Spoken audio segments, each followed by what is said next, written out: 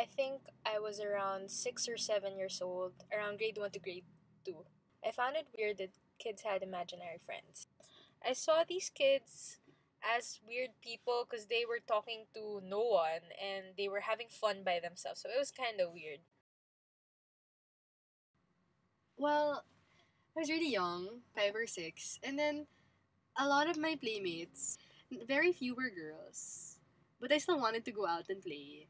So I don't know, like one day I just imagined that she would be out there playing with me.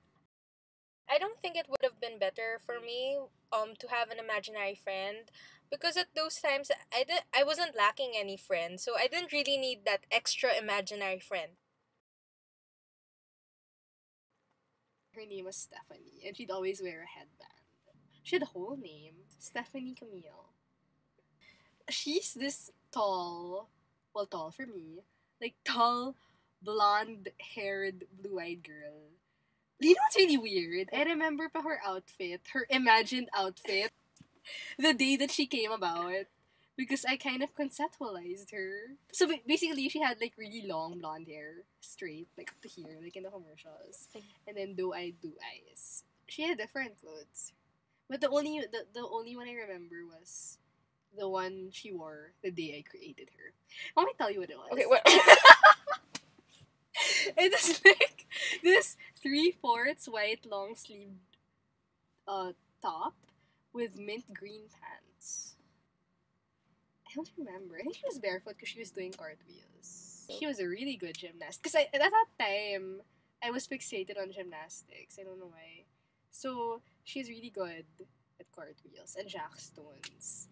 And I felt really weird because I didn't have any imaginary friends and I felt like I had to make up one so I'd fit in.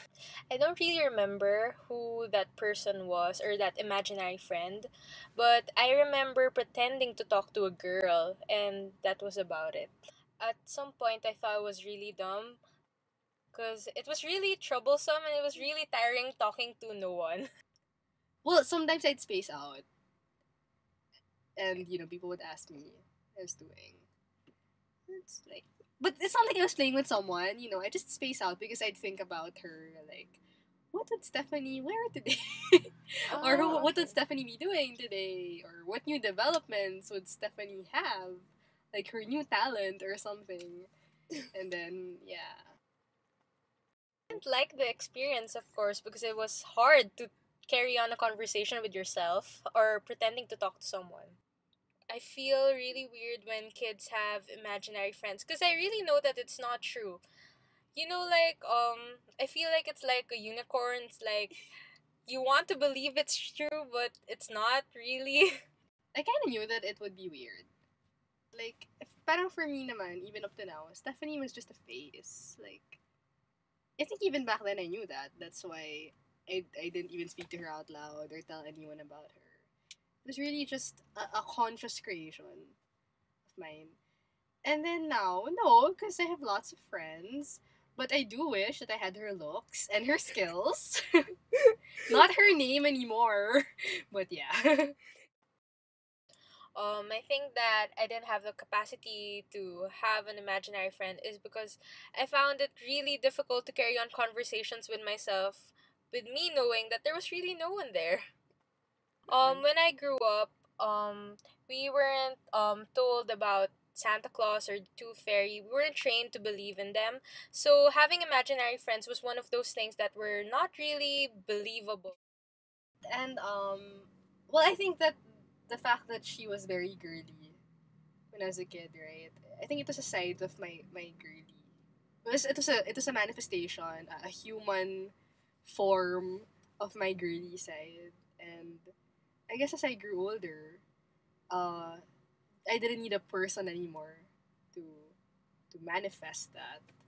Wish I had a real imaginary friend. Like when you watch it on TV and you see a kid with an imaginary friend, it seems really fun. They're like, "Ooh, it's so fun to be alone and talking to someone." So I guess I wanted one at some point. She was she was the things that I couldn't be. Mhm. And I think at that time that was my idea of beauty. Blame the media or something. But a lot of my dolls were blue eyed and blonde haired. And with rosy cheeks. Yeah, there she always had rosy cheeks. So yeah, there I think she was just my idea of beauty, and like my better abled alter ego, whom I could watch whenever I could and envy whenever I could. I'm not sure if it's a sickness, and I'm not sure if society really needs it. It's like per person, it's a per person type of thing. Like, for example, maybe the kid's really lonely, he or she doesn't have enough friends, so he needs an imaginary friend. So I guess it depends on the situation of each kid. In my opinion, I don't think you need an imaginary friend if you have real friends in real life. If you have someone to play with, yeah. I don't think you need one. But if you're alone and it's your way of coping with the boredom, I guess it's fine. Yeah, I still remember her for one. Yeah, and I think it explained a lot about myself. Like to have a personified version of your idea of beauty and the skills you wanted to have and the friends that you never had. Diba? So yeah. So instead of looking like when people ask you, okay, so what did you want to be when you were a kid, or what did you want to look like, you always easily look back to that person and say, yeah, this person